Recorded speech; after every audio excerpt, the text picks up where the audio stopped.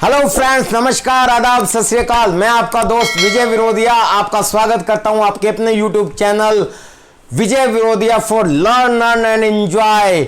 ये है एपिसोड आपका संडे 10 AM लाइव वाला, और मैं हर संडे को 10 बजे आपके बीच में लाइव मिल रहा हूं। आज इस एक शानदार टॉपिक को लेके मैं आपके बीच में हूं। और माय डियर फ्रेंड्स, मैं माफ़ी चाहता हूं, पीछे यूनिक एजुकेशन सिस्टम की साइट पे जो लाइव प्रोग्राम हुआ उसमें कुछ टेक्निकल फॉल्ट आया और वहाँ मेरा टॉपिक बीच में, क्योंकि टाइम पूरा हो गया था तो वहाँ टॉपिक अधूरा हो गया। वो टॉपिक भी आज हम पूरा करने वाले हैं इस वेबिनार में, तो आप इसको प्रमोट करें और अपनी टीम से आपका ये YouTube channel Vijay Virodhiya for learn earn and enjoy, इसको आप सब्सक्राइब करें, साथ में बेल आइकॉन दबा दें ताकि वीडियोस के नोटिफिकेशन आपको मिलते रहें और आप मेरे साथ हमेशा जुड़े रहें। आपके इस चैनल को तो आपको सब्सक्राइब करना ही है, लेकिन यूनिक एजुकेशन सिस्टम का चैनल बहुत महत्वपूर्ण है, उसको भी पूरा प्रमोट करें और उसको भी आप सब्सक्राइब अपनी टीम से करवाएं, क्योंकि अभी भले ही स्टार्टिंग है, कुछ चैलेंजेस आ रहे हैं, लेकिन आने वाले समय में वो चैनल भी आपको बहुत कुछ देने वाला है। बाकी इस चैनल पे हर संडे को मैं आपके बीच में आता ही हूँ। तो आज हम जिस टॉपिक पे बात करने वाले हैं, आपका समय बहुत इंपॉर्टेंट है।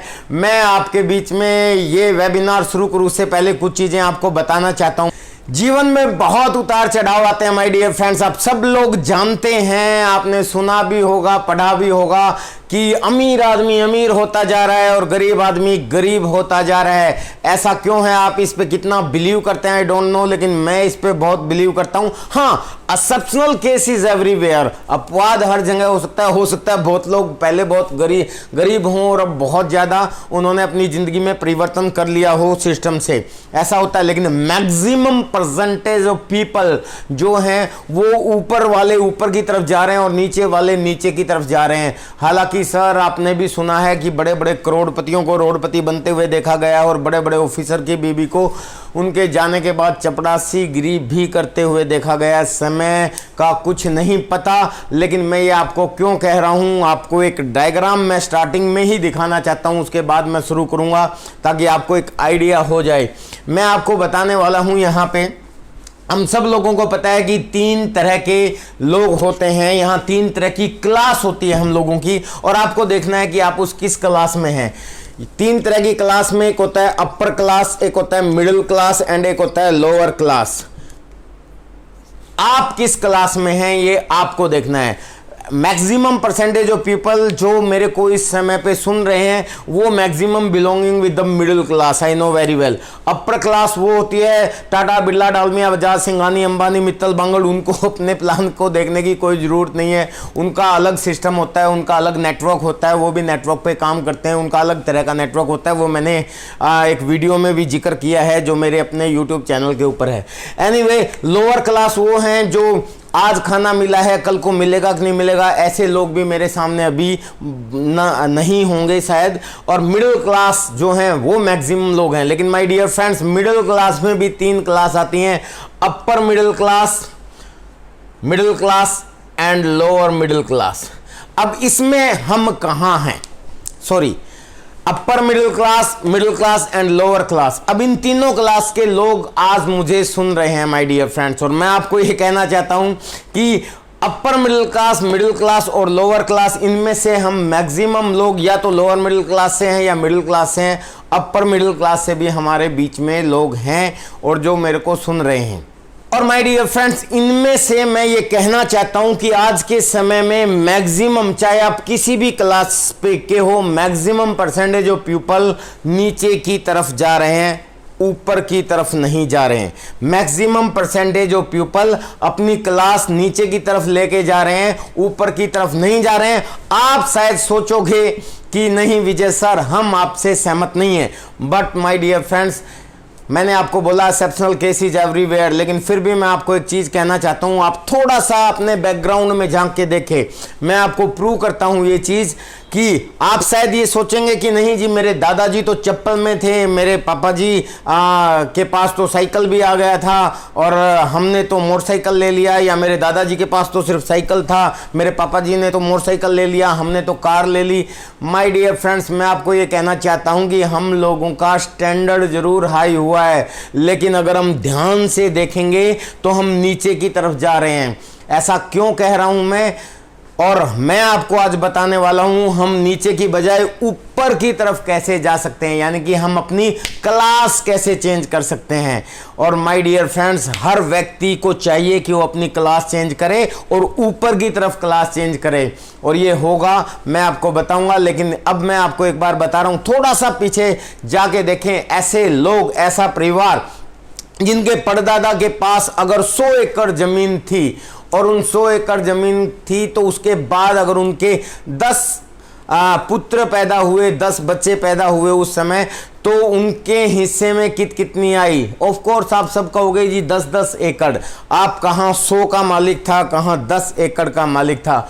उस जमाने में माय डियर फ्रेंड्स, मैं जानता हूँ स्टैंडर्ड भले ही हाई नहीं था, लेकिन वर्थ जो है हमारे परिवारों के पास बहुत ज़्यादा थी। उसके बाद आप अगर अपने दादाजी की तरफ देखें, फिर मान लेते हैं उस दादाजी को फिर 10 बच्चे पैदा हुए। उस ज़माने में हो जाते थे, और कोई आप समझ सकते हैं इस समय में तो जैसे डायरेक्ट सेलिंग में आप काम करते हैं और भी बहुत से काम करते हैं, उस समय इतना ज़्यादा मल्टीटास्किंग तो होता नहीं था। अभी महंगाई बहुत तेज़ी से बढ़ती जा रही है। आज के समय में तो हस्बैंड को अलग काम करना पड़ता है, पति को अलग काम करना पड़ता है, तब जाके गुजारा बड़ी मुश्किल से होता है।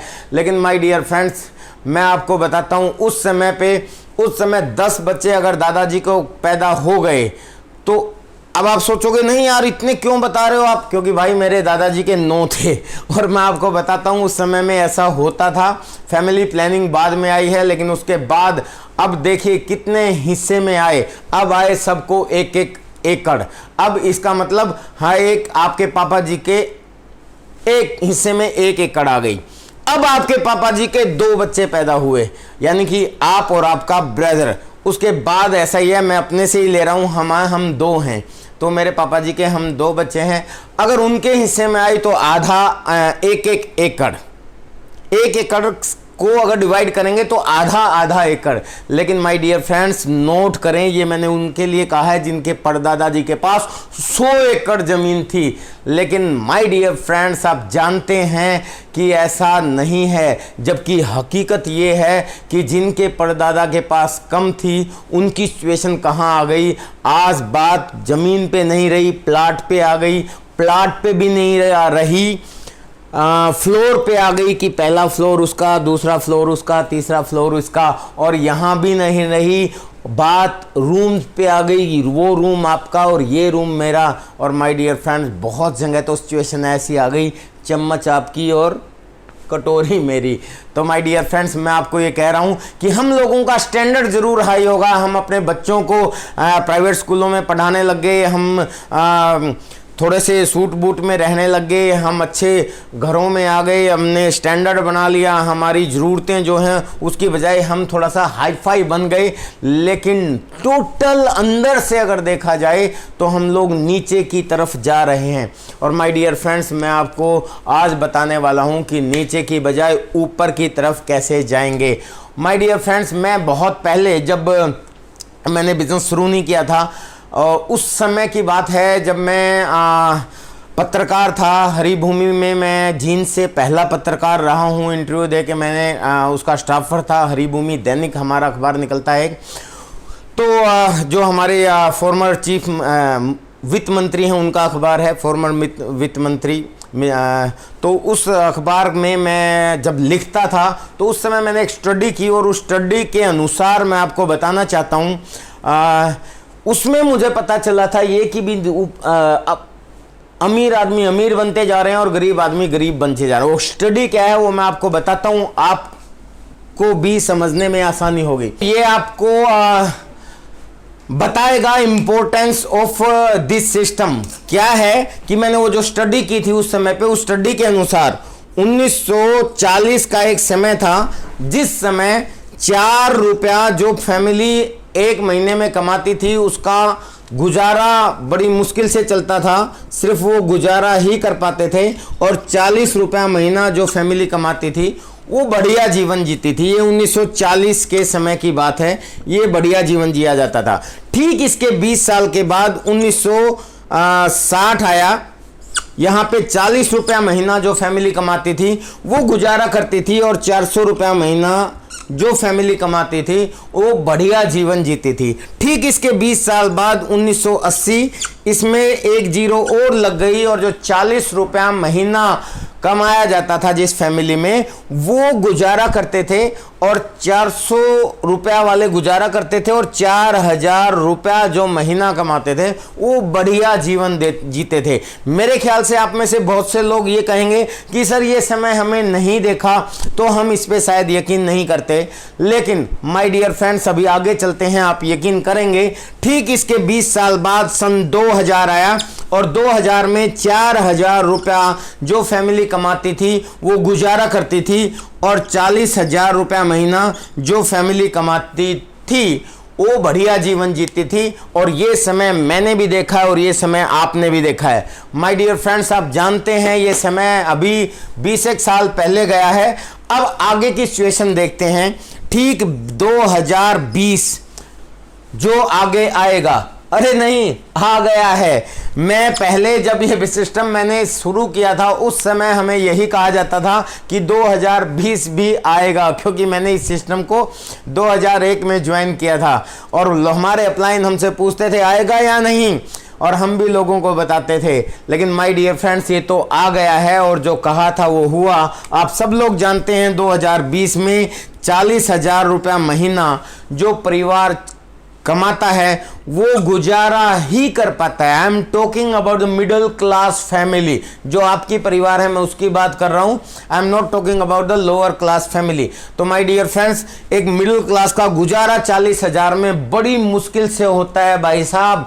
10-20 हजार रुपये तो दूध का बिल आ जाता है, ये आप लोग जानते हैं। इसके बाद जो आदमी 4 लाख रुपया महीना कमाता था 2020 में कमाता है, वो ठीक ठाक गुजारा कर लेता है, यानी कि उसका अच्छी जिंदगी रहती है।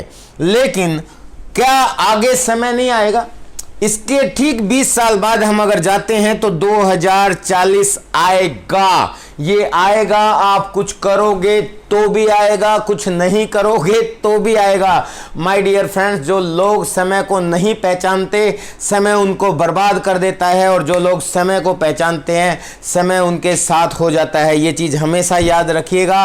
और मैं आपको ये कहना चाहता हूँ कि समय की इंपॉर्टेंस को समझते हुए अपने काम की तरफ ध्यान दीजिए और अपना तरीका बदल लीजिए, आप बहुत आगे जाएंगे। तो सन 2040 आएगा, कोई इसको नहीं रोक सकता। और यहाँ पे 4 लाख रुपया महीना जो व्यक्ति कमाएगा उसका सिर्फ गुजारा होगा।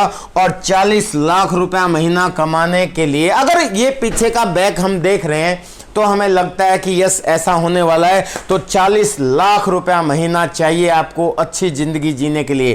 क्या आपके पास कोई प्लान है ऐसा जहां पे आप आने वाले 20 साल बाद ये आपकी इनकम जो है 7 डिजिट में लेके जाएं, यानी कि 10 लाख से ऊपर 20 लाख, 30 लाख, 40 लाख क्या 20 साल बाद आप ले सकते हैं? कहां से ऐसा कोई प्लान है आपका? अगर आप ये सोच रहे हैं कि मैं दुकान को बढ़ा दूंगा, तो माय डियर फ्रेंड्स, कंपटीशन का ज़माना है, आप सब लोग जानते हैं। नौकरी आसानी से मिलती नहीं, बिजनेस आसानी से चलते नहीं, बहुत ज़्यादा कंपटीशन है। ऐसे समय में आप क्या करें?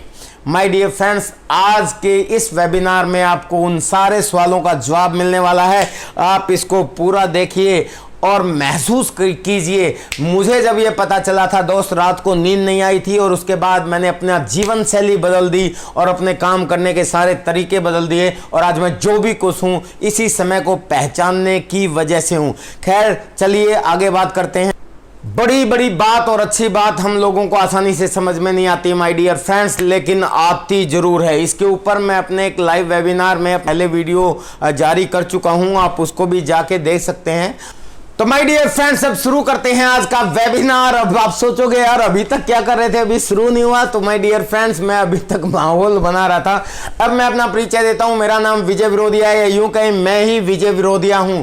और मेरे बारे में बहुत से लोग क्वेश्चन पूछते हैं, सर ये विरोधिया क्यों लगाते हैं। चलो आज आपको खुलासा कर देता हूं, बता देता हूं। उसके बाद में अपनी कुछ बैकग्राउंड आपको बताऊंगा ताकि आप लोग रिलेट कर सकें, और जो मैंने ये बताया है और आगे बताने वाला हूं उसको भी मेरी स्टोरी जो है वो प्रूव करती है, वो आप रिलेट कर पाएंगे। लेकिन पहले मैं थोड़ा सा बता देता हूं विरोधिया क्यों लगाता हूं। बहुत लोग मुझसे पूछते हैं। माय डियर फ्रेंड्स, विरोधिया आपने देखे नहीं होंगे, हिंदुस्तान में बहुत कम है, हरियाणा एंड दिल्ली के आसपास हैं। मेरे बुजुर्गों ने बताया मुझे कि हम लोग बड़े अग्रेसिव रहे हैं। बहुत पुराने समय की बात है कि नवाबों के साथ हमारे खानदान का कोई झगड़ा हुआ, और उसके झगड़े में आपस में, यानी कि अगर नवाबों के साथ झगड़ा हुआ तो इसका मतलब कोई स्ट्रॉन्ग फैमिली रही है हमारी। तो आपस में झगड़ा हुआ, नवाबों के सामने उनके टकरा गए, और फिर उसके अंदर बाद में, क्योंकि नवाब वो पावरफुल ताकत होती है, उन्होंने हमारे फैमिली को कुचल दिया और सबको ख़त्म कर दिया। उस समय कोई एक हमारे परिवार की कोई महिला अपने मायके गई हुई थी, वो गर्भवती थी। तो वो जब वापस आई तो वो भी सदमे से चली गई, लेकिन जाने से पहले उन्होंने एक बच्चे को जन्म दिया। तो उस ज़माने में छोटे छोटे ढानी टाइप के होते थे, वो सब खत्म हो चुका था। तो जो दूसरे ढानियों के और गांव के लोग आए तो उन्होंने उस बच्चे का नामकरण किया कि इनका परिवार नवाबों के साथ विरोध करता हुआ गया है, तो उसको विरोधिया डाला गया। तो माय डियर फ्रेंड्स, ये बहुत पुराने समय की बात है वो, और इसलिए वो विरोधिया जो हैं वैसे हरियाणा एंड दिल्ली के आसपास कुछ ही लोग आपको मिलेंगे। तो ये तो मेरी विरोधिया की कहानी है। एनीवे, उसके बाद माय डियर फ्रेंड्स, मेरे दादा परदादाओं ने बड़ा संघर्ष किया और काफ़ी अच्छे मुकाम पे पहुँचे। मेरी गरीबी की कहानी तो आप सब लोग जानते हैं, लेकिन मैं थोड़ा सा बता दूं, उतार चढ़ाव, up and down are the part of your life, इसलिए हमें समझना चाहिए। तो मेरे दादा परदादाओं का सोरे का काम था, सोरा कोठी थी उनकी, सोरा निकालते थे। और उस जमाने में परदादाओं की बात कर रहा हूँ, वो लोग एक्सपोर्ट करते थे सोरा, विदेशों में जाता था, उससे बम बनते थे, गोलियां बनती थी, बारूद बनता था। और आज़ादी आंदोलन के समय में भी हमारे बुजुर्गों ने जो हैं बम वगैरह बना के देश की आज़ादी आंदोलन में सहयोग भी किया। ये काफ़ी बैकग्राउंड है। और उसके बाद माय डियर फ्रेंड्स, जो मैंने यहाँ आपको बताया था कि हमारी क्लास नीचे की तरफ जा रही है, ऑफ कोर्स वैसा ही हमारी फैमिली के साथ भी हुआ।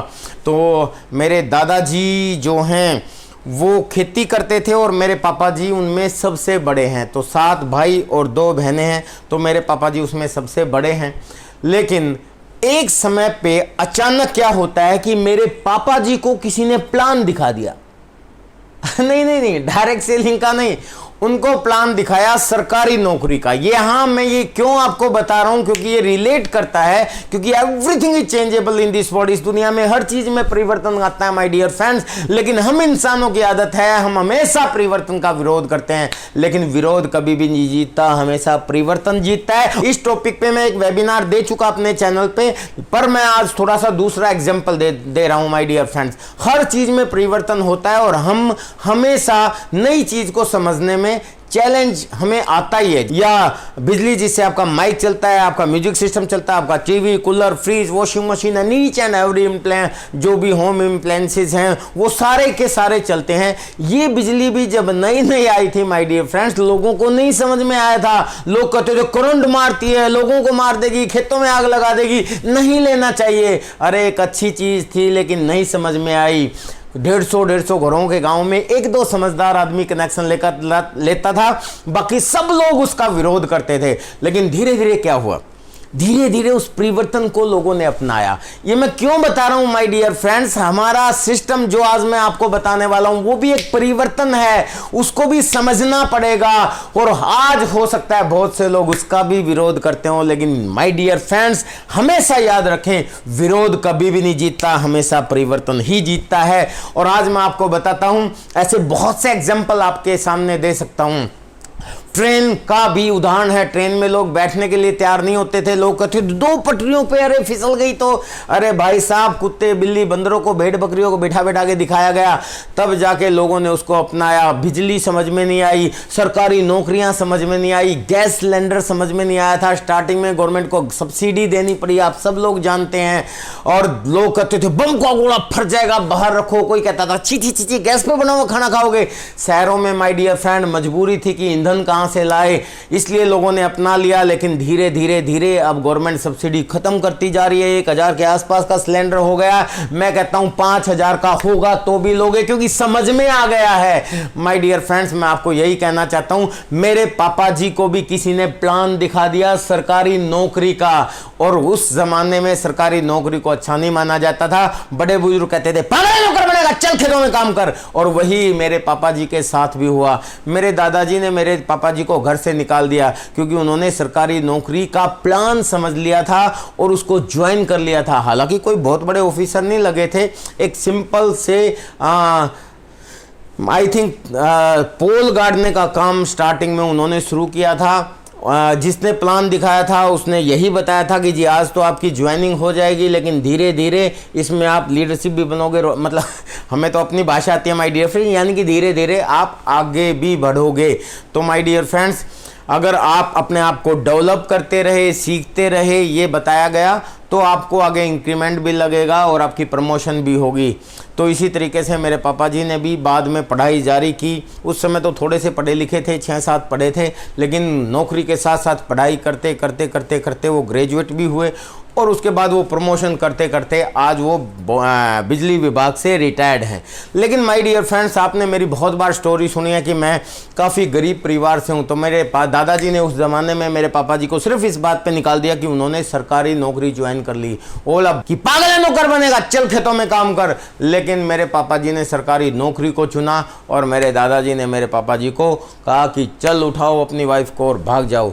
तो मेरे पापा जी को घर से निकाल दिया। तो माय डियर फ्रेंड्स, उस ज़माने में मैं पैदा नहीं हुआ था, वैसे पैदा हो लेता तो भी क्या करता, कुछ नहीं कर सकता था।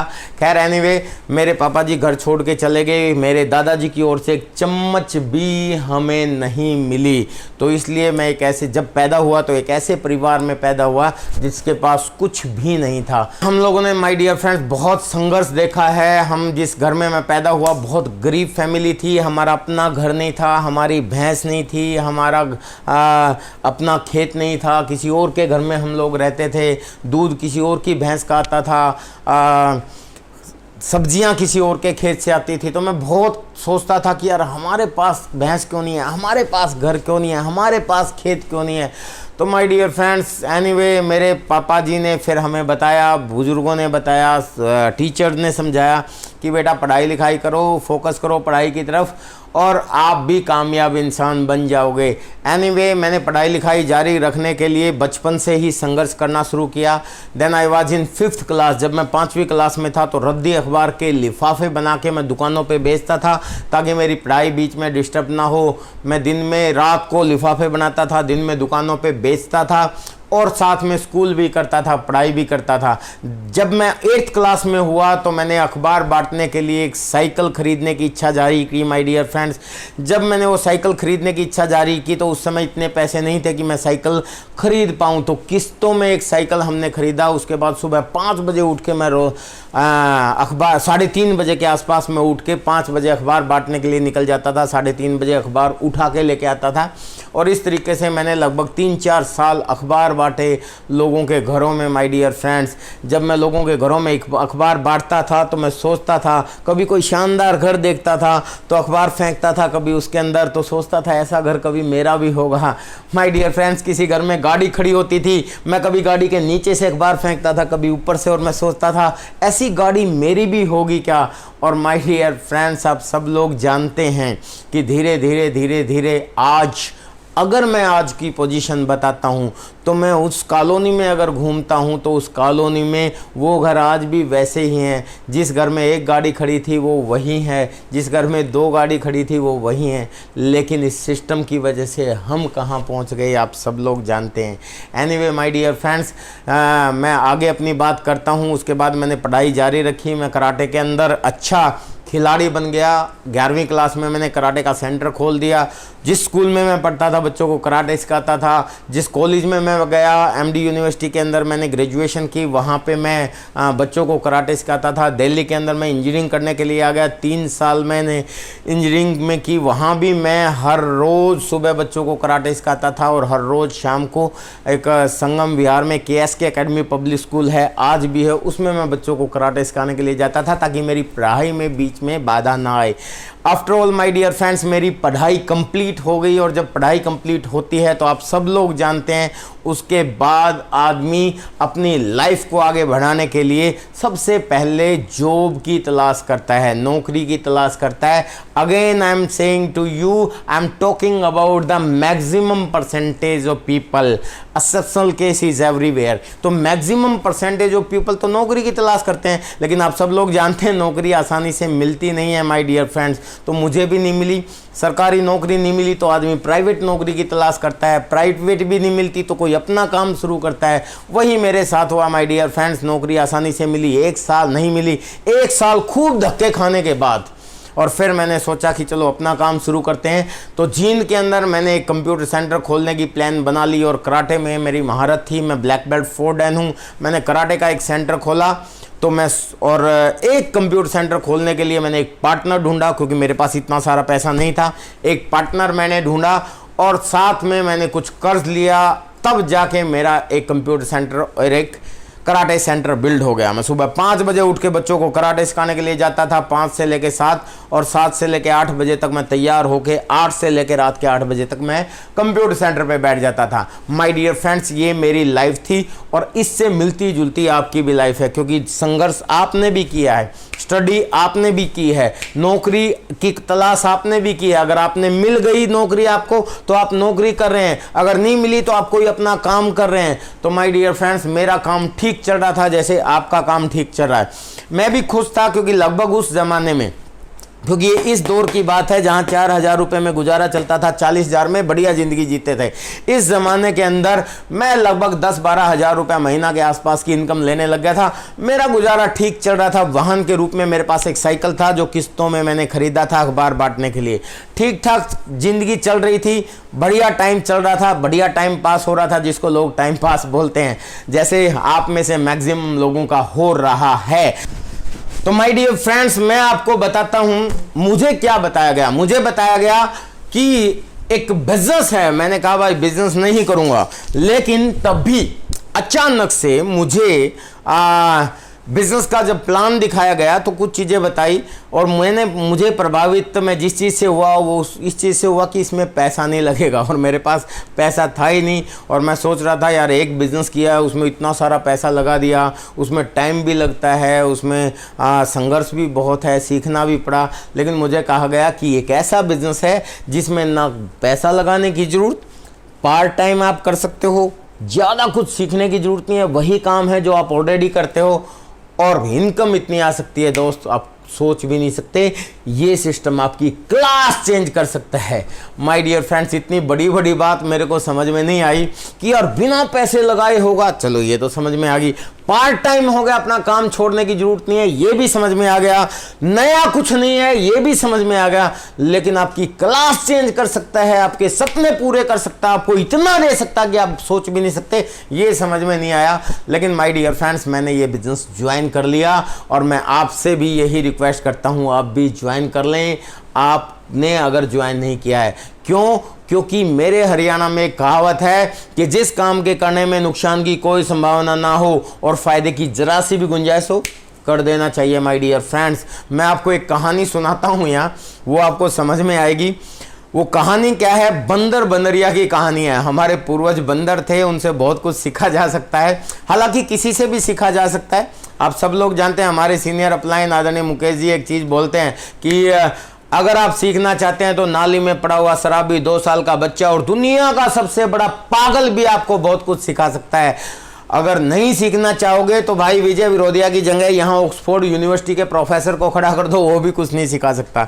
तो हर व्यक्ति गुरु है, मैंने हर व्यक्ति से सीखा है, आप सब लोग भी मेरे गुरु हैं, आप सब लोगों ने मुझे सिखाया है माय डियर फ्रेंड्स। इसलिए हमें हमेशा सीखते रहना चाहिए, तभी हम लोग आगे बढ़ते रहेंगे। एनीवे, मैं आपको बताता हूँ कि मेरे को क्या समझ में आया। तो एक कहानी के माध्यम से आपको बताता हूं, वो है बंदर बंदरिया की कहानी। बहुत से लोगों ने मुझे मैसेज कर करके कहा कि सर आपके वेबिनार में ये कहानी जरूर सुनाना, तो आज मैं वो कहानी आपको सुना रहा हूं। एक पति और पत्नी थे, हस्बैंड वाइफ। तो माय डियर फ्रेंड्स, वो पति पत्नी दोनों एक पेड़ पे रहते थे।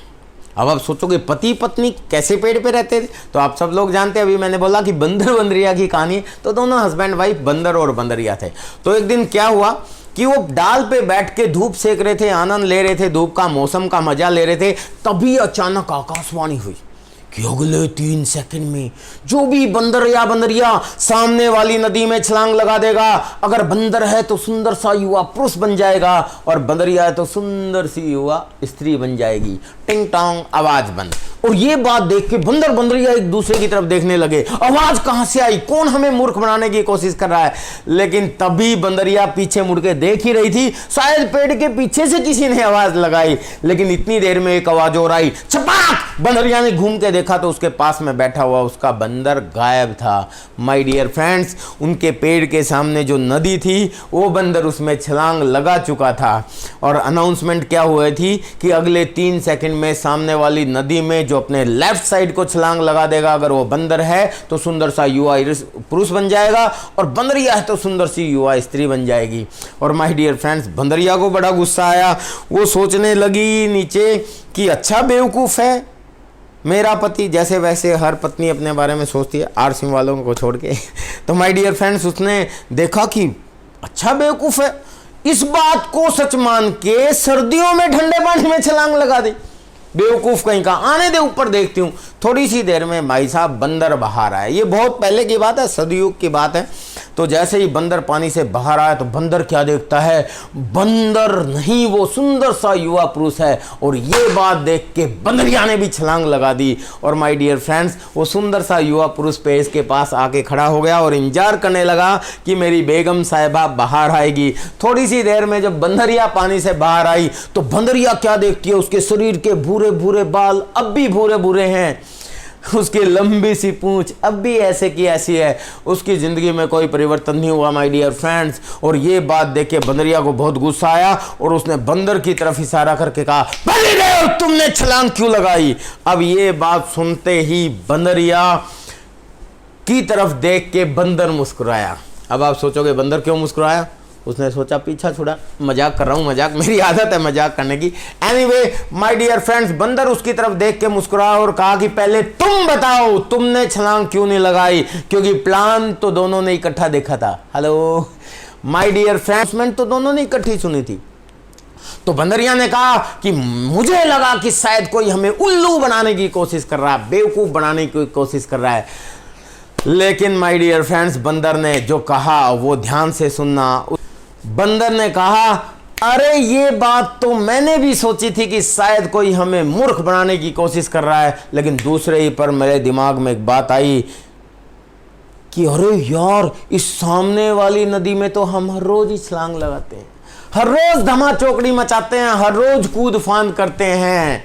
बस फर्क सिर्फ इतना है कि अब 3 सेकंड के अंदर छलांग लगानी है और इधर की बजाय इधर छलांग लगानी है। हेलो, WCM की बजाय RCM की तरफ छलांग लगानी है और हम बंदर से सुंदर से युवा पुरुष बन सकते हैं।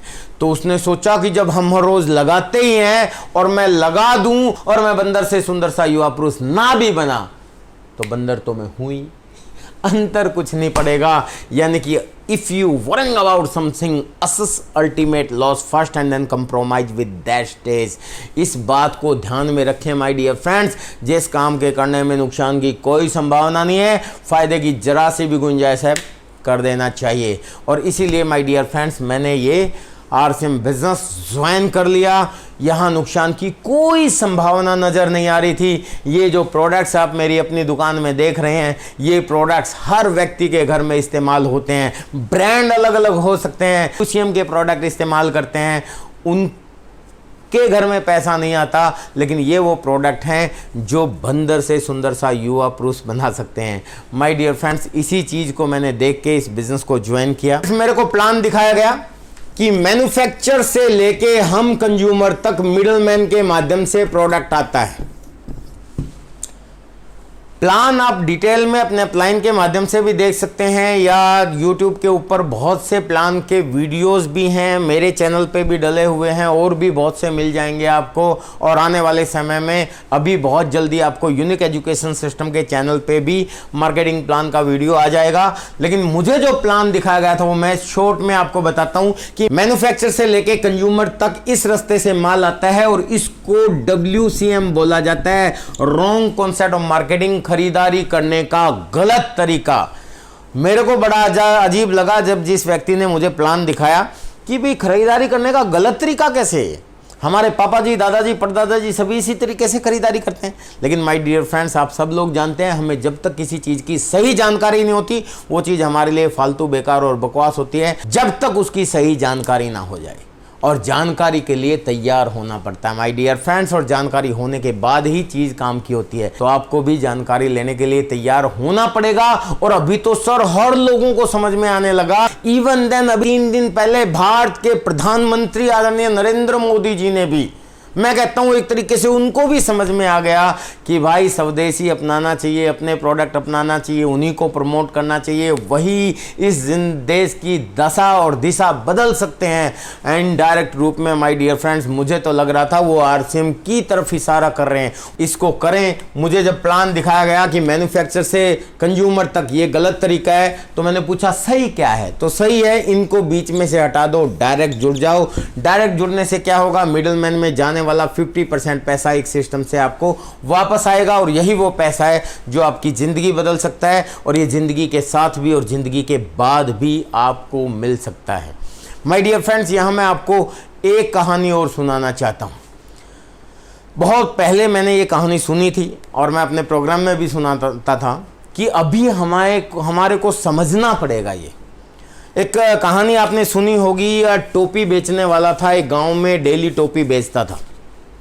और एक दिन क्या हुआ कि वो पूरी गर्मी में दोपहर में टोपी बेचता बेचता थक गया, और वो थका हुआ था। गांव के पास एक तालाब के किनारे एक बहुत बड़ा पेड़ था, उसके नीचे आके वो आराम करने लगा। तभी अचानक उसको नींद आ गई और वहाँ सो गया वो। और थोड़ी देर के बाद जब वो उठा तो वो देखता है कि उसके साइकिल पे एक भी टोपी नहीं थी। वो बड़ा घबरा गया कि चोरी हो गई शायद।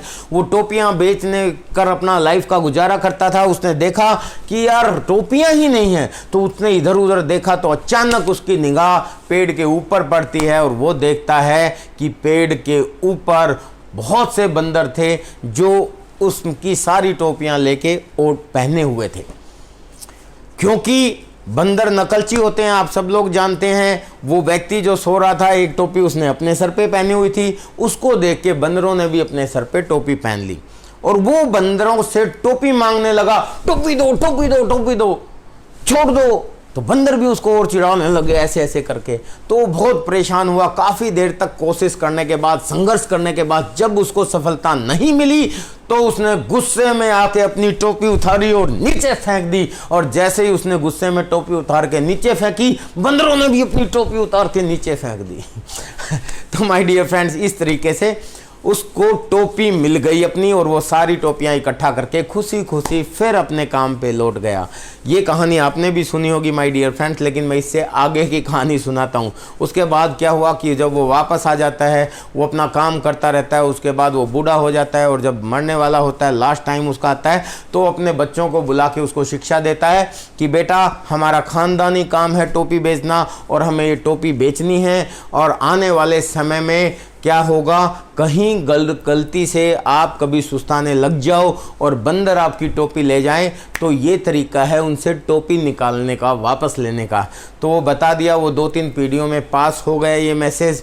और एक बार कई पीढ़ियां गुजरने के बाद एक उनका परिवार का व्यक्ति फिर टोपी बेचने का काम कर रहा था। वो फिर सुस्ताने लगा और फिर उसकी टोपियां लेके बंदर चले गए।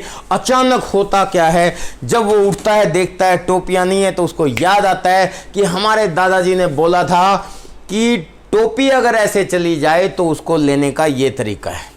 माय डियर फ्रेंड्स, वो कोई परेशान नहीं हुआ, वो बंदरों को ध्यान से देखता है, मुस्कुराता है और सबकी तरफ देख के अपनी टोपी उतारता है और ऐसे करके और नीचे फेंक देता है। और वो सोचता है कि अब सारे बंदर नीचे फेंकेंगे, लेकिन उधर कोने से एक छोटी सी बंदरिया नीचे उतरती है, भागती है, उसकी टोपी उठा के वो भी लगा के भाग जाती है। वो देखता है अरे ये क्या हुआ, तो बंदरिया पेड़ की डाल पकड़ के लटकती हुई बोलती है, तू क्या समझता है। तो वो कहता है वो बड़ा परेशान हो जाता है, अरे ये क्या हुआ, मेरे दादाजी तो बोल रहे थे कि बंदर टोपी वापस दे देंगे। इस तरीके को इस्तेमाल करना। तो छोटी सी बंदरिया जो टोपी लेके गई थी वो एक डाल को पकड़ के झूलती हुई बोलती है, तू क्या समझता है, तेरे दादाजी ने ही तुम्हें बताया, हमारे दादाजी भी बता के गए थे कि मूर्ख मत बनना। हेलो, तो माय डियर फ्रेंड्स, मैं आपको ये कहना चाहता हूँ अब समय आ गया, बंदर भी समझने लगे, आम आदमी भी समझने लगे, भारत का प्रधानमंत्री भी समझने लगा।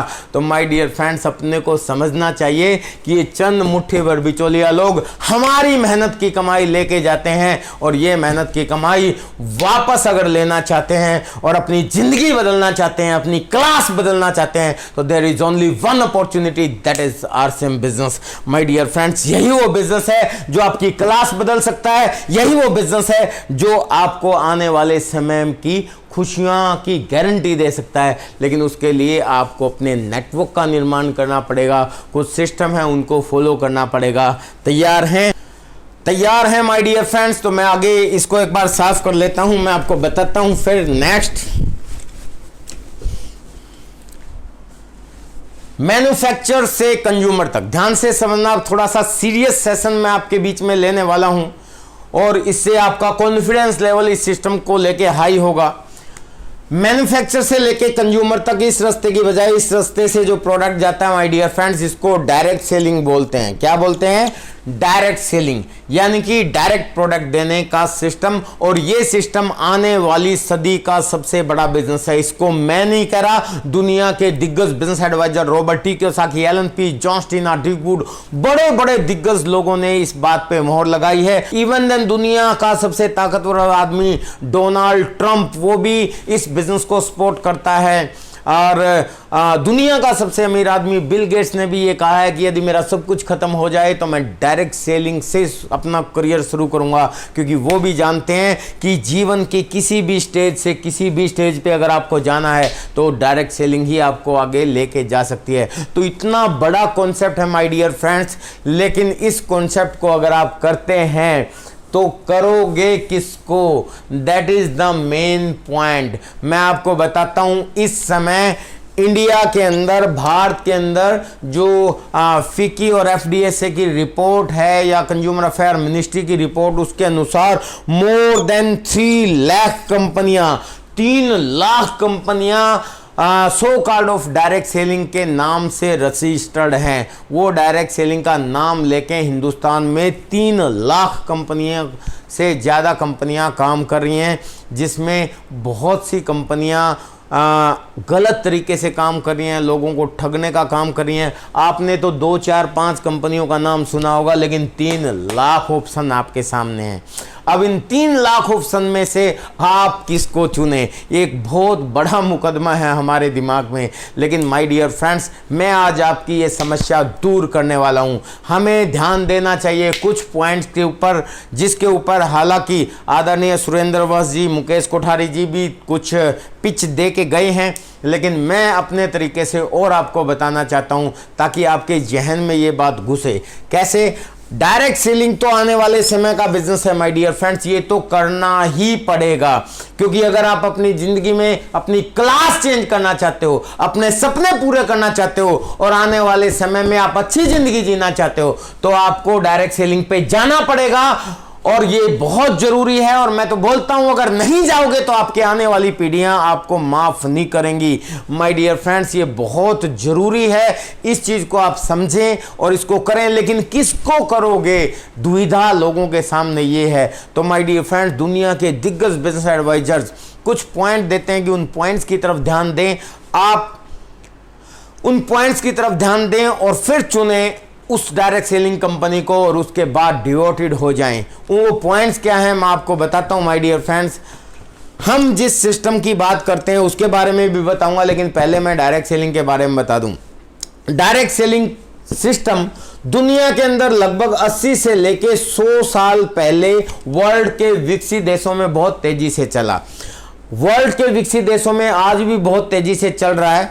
80 से लेके 100 साल हो गए, लेकिन आप सब लोग जानते हैं कि दुनिया के विकसित देशों में जो आज से 25, 30, 50 साल पहले होता है, बाद में विकासशील देशों में होता है, उसके बाद पिछड़े हुए देशों में होता है। तो माय डियर फ्रेंड्स, भारत में सिर्फ 20 साल पहले यहाँ पे इस कॉन्सेप्ट ने एंट्री की, लेकिन 20 साल पहले जब एंट्री की तो उस समय यहाँ पे हिंदुस्तान में डायरेक्ट सेलिंग का कोई मान्यता नहीं थी। गवर्नमेंट भी कुछ नहीं जानती थी, लोग भी इसको कुछ नहीं समझते थे। कुछ लोगों की समझ में आया और उन्होंने समय को समझते हुए, आने वाले समय के समझते हुए काम करना शुरू किया। लेकिन इस सिस्टम के बारे में अगर मैं आपको बताऊं, भारत में 10 सितंबर सन 2016 को 10 सितंबर को रिलीज हो गई थी। 9 सितंबर को गाइडलाइन पे मोहर लग गई थी। 10 सितंबर सन 2016 यानी कि अभी 2020 है, 17, 18, 19, 20 यानी 3-4 साल पहले ही भारत सरकार ने डायरेक्ट सेलिंग पे गाइडलाइन जारी की है। तो माय डियर फ्रेंड्स, अब भारत सरकार भी गाइडलाइन जारी कर चुकी है, इसके ऊपर कानून भी बनने जा रहा है। सुरेंद्र वत्स जी के वेबिनार में उन्होंने डिटेल में बताया, मैं उस पर ज़्यादा चर्चा नहीं करूंगा। अगर आप जानना चाहते हैं तो वत्स साहब का वो वेबिनार पिछले वीडियोस में है, उसको आप देख लेना। तो माय डियर फ्रेंड्स, गाइडलाइन के बारे में मैं क्यों बता रहा हूं कि आप किस डायरेक्ट सेलिंग कंपनी को चुने, उसके लिए जो पूरे वर्ल्ड के दिग्गज बिजनेस एडवाइजर कहते हैं उसके कुछ पॉइंट कहते हैं। सबसे पहला पॉइंट ये बोलते हैं कि जिस देश में आप हो उस देश की जो गाइडलाइन है गवर्नमेंट की, उसको जितना ज्यादा फॉलो करने वाली कंपनी होगी, आपका फ्यूचर उतना ही ब्राइट होगा। और माय डियर फ्रेंड्स, भारत में बहुत सी कंपनियां गाइडलाइन को फॉलो ही नहीं करती, बाद में वो बंद भी हो जाती हैं। आप सब लोग जानते हैं कि भारत के अंदर इलीगल तो चोरी करना भी है, रिश्वत लेना भी है, लेकिन होता है, कार्रवाई बहुत लेट होती है। हमारा सिस्टम इसी तरीके का है, हमारा कानून व्यवस्था इसी तरीके की है।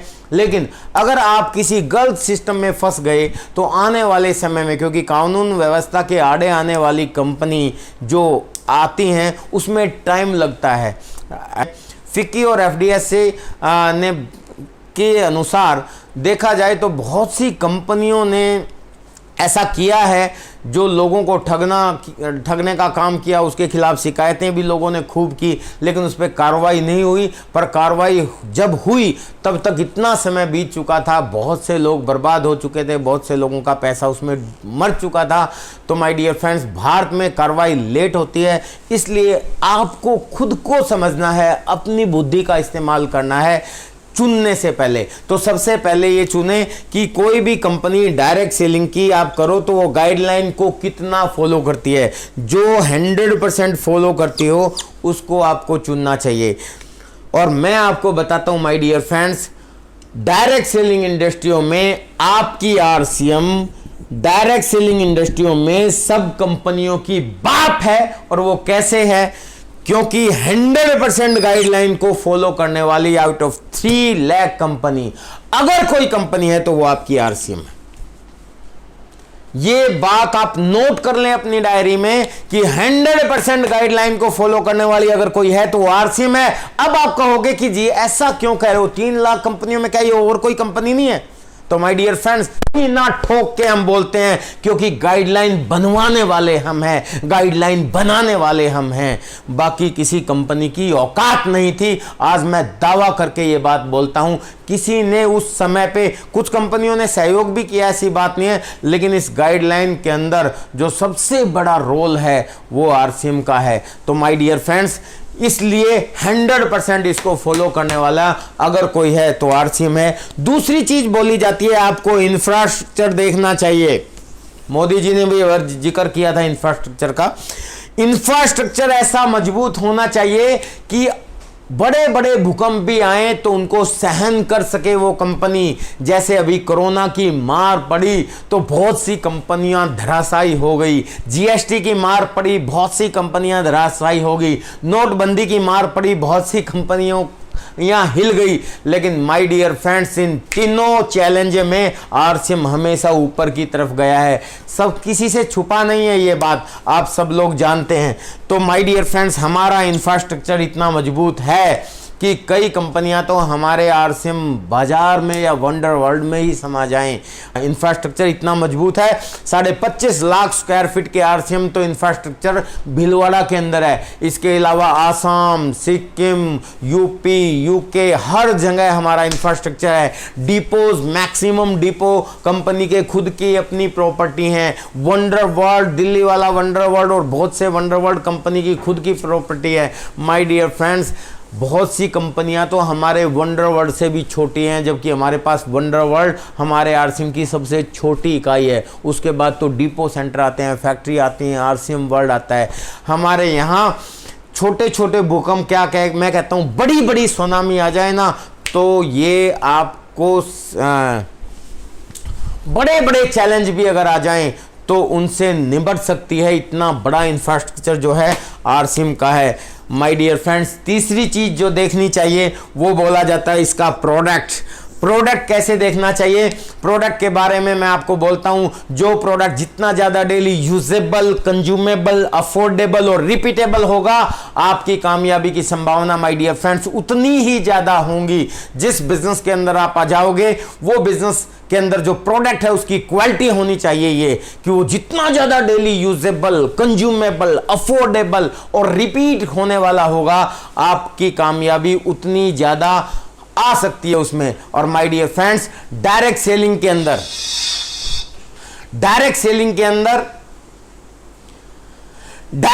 इंडस्ट्री के अंदर हमसे ज्यादा डेली यूजेबल, कंज्यूमेबल, अफोर्डेबल और रिपीटेबल प्रोडक्ट अगर किसी के पास हो तो बताओ। अरे नमक जैसा प्रोडक्ट भी आरसीएम में डायरेक्ट सेलिंग के माध्यम से आपको 14-15 रुपए किलो मिलता है। अरे कोई कंपनी सोचे भी ना तो ऊपर से लेकर नीचे तक पसीना आता है। माय डियर फ्रेंड्स, इसलिए आपसे कहता हूं कि प्रोडक्ट्स भी हमारी बहुत बड़ी ताकत हैं। और चौथी चीज जो कही जाती है my dear friends, fourth one, that is a education system.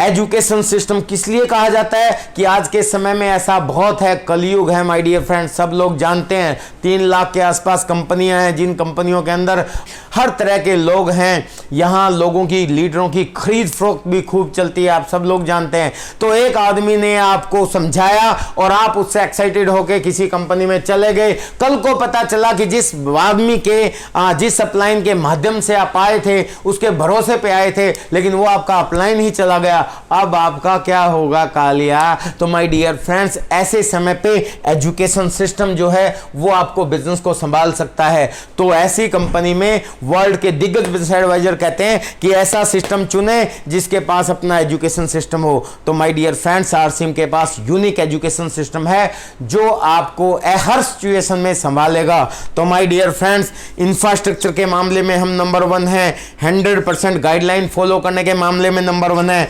Product के मामले में नंबर 1 है, एजुकेशन सिस्टम के मामले में नंबर 1 है। तो हुए ना हम सबके, बस आप समझ सकते हैं माय डियर फ्रेंड्स। और इतने सारे प्रोडक्ट माय डियर फ्रेंड्स, मैं कहता हूं गुड मॉर्निंग से लेके गुड नाइट तक, रसोई से लेके बाथरूम तक, ऊपर से लेके नीचे तक और अंदर से लेके बाहर तक, इतने सारे प्रोडक्ट अगर किसी के पास इतनी बड़ी पावर है तो वो आपके आरसीएम के पास है। माय डियर फ्रेंड्स, ईस्ट और west RCM is the best. इसको जबरदस्त तरीके से आप करें। और माय डियर फ्रेंड्स, बताने के लिए तो बहुत कुछ है, मन करता है लगा रहूं, लेकिन टाइम की लिमिटेशन जो हमारे सामने है।